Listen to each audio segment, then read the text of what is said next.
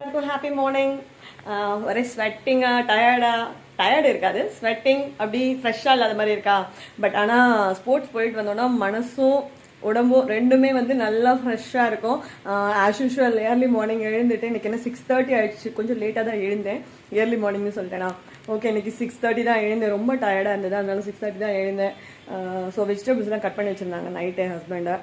அவரைக்காய் பொரியல் பண்ணிவிட்டு பீன்ஸ் பொரியல் and as usual lemon rasam and கொஞ்சமாக தயிர் மட்டும் வச்சு இன்றைக்கி கட்டி கொடுத்துட்டேன். என் உடம்பு எழுந்துக்கும் போதே வந்துட்டு முடியாது, இன்றைக்கி நீ கேன்டீன்லேயே சாப்பிட்டுக்கோ அப்படிங்கிற மாதிரி தான் இருந்தது.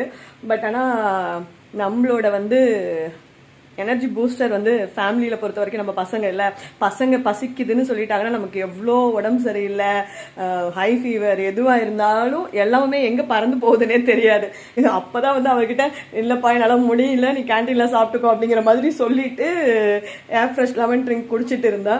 பையன் வந்து கேட்டதுமே அந்த டயர்ட்னஸ் இருந்த அந்த வலி எல்லாமே எங்கே போச்சுன்னே தெரியல.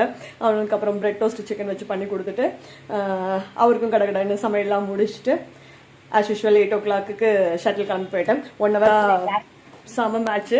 ஆக்சுவலி ஆளுக்கு ஒரு செட் இன்னைக்கு வின் பண்ணோம். முடிச்சுட்டு வந்துட்டு நைட்டுக்கு டின்னர் இப்போ தான் எனக்கு இன்னும் குக்கு கிடைக்கலையே. ஸோ நைட்டுக்கும் டின்னர் வந்து பண்ணி வச்சுட்டு போயிடலாம். இப்போலாம் டெய்லி வந்து நைட்டுக்கு என்ன கிரேவி தேவையோ ஷட்டில் முடிச்சு வந்ததும் பண்ணி வச்சுட்டு போயிடுறேன்.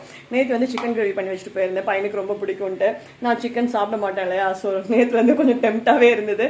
நேற்றே முடிவு பண்ணிட்டேன் இன்றைக்கி வந்து ஈரல் வாங்கிடணும் அப்படின்னு சொல்லிட்டு. ஸோ இன்றைக்கி வரும்போது 1/4 கிலோ ஈரல் வாங்கிட்டு வந்து கிரேவி செமையாக பண்ணி வச்சுட்டு நைட்டு சப்பாத்தி இல்லை தோசை வச்சு சாப்பிட்டுக்கலாம். ஓகே, இந்த மாதிரி எனர்ஜெட்டிக்காக ஃப்ரெஷ்ஷாக மார்னிங்கை ஸ்டார்ட் பண்ணணும். ஏன்னா மார்னிங் வந்து பார்த்தீங்கன்னாக்கா பிரேக்ஃபாஸ்ட் எல்லாம் முடிச்சுட்டு திருப்பி கேம் போயிட்டு திருப்பி மறுபடியும் நைட்டுக்கு டின்னர் பண்ணிவிட்டு டின்னர் முடித்த உடனேயுமே ஷாப்புக்கு கிளம்பி போகணும். நல்லாயிருக்கு, ஒரு மாதிரி நல்லாயிருக்கு. வீட்டில் 1 year வந்து ட்ரீட்மெண்ட்டில் அப்பப்போ கொஞ்சம் வீட்டிலேயே இருந்து போர் அடிச்சிருந்தது. இப்படி எனக்கு கண்டினியூஸாக ஒர்க் பண்ணிகிட்டே இருந்தோன்னா செமையாக இருக்கும். ஓகே, நீங்களும் இந்த மாதிரி ட்ரை பண்ணி பாருங்கள், எவ்வளோ எனர்ஜெட்டிக்காக இருக்குன்னு பாருங்கள். தேங்க்யூ. வெற்றிவேல் முருகனுக்கு அரோகரா. நன்றி.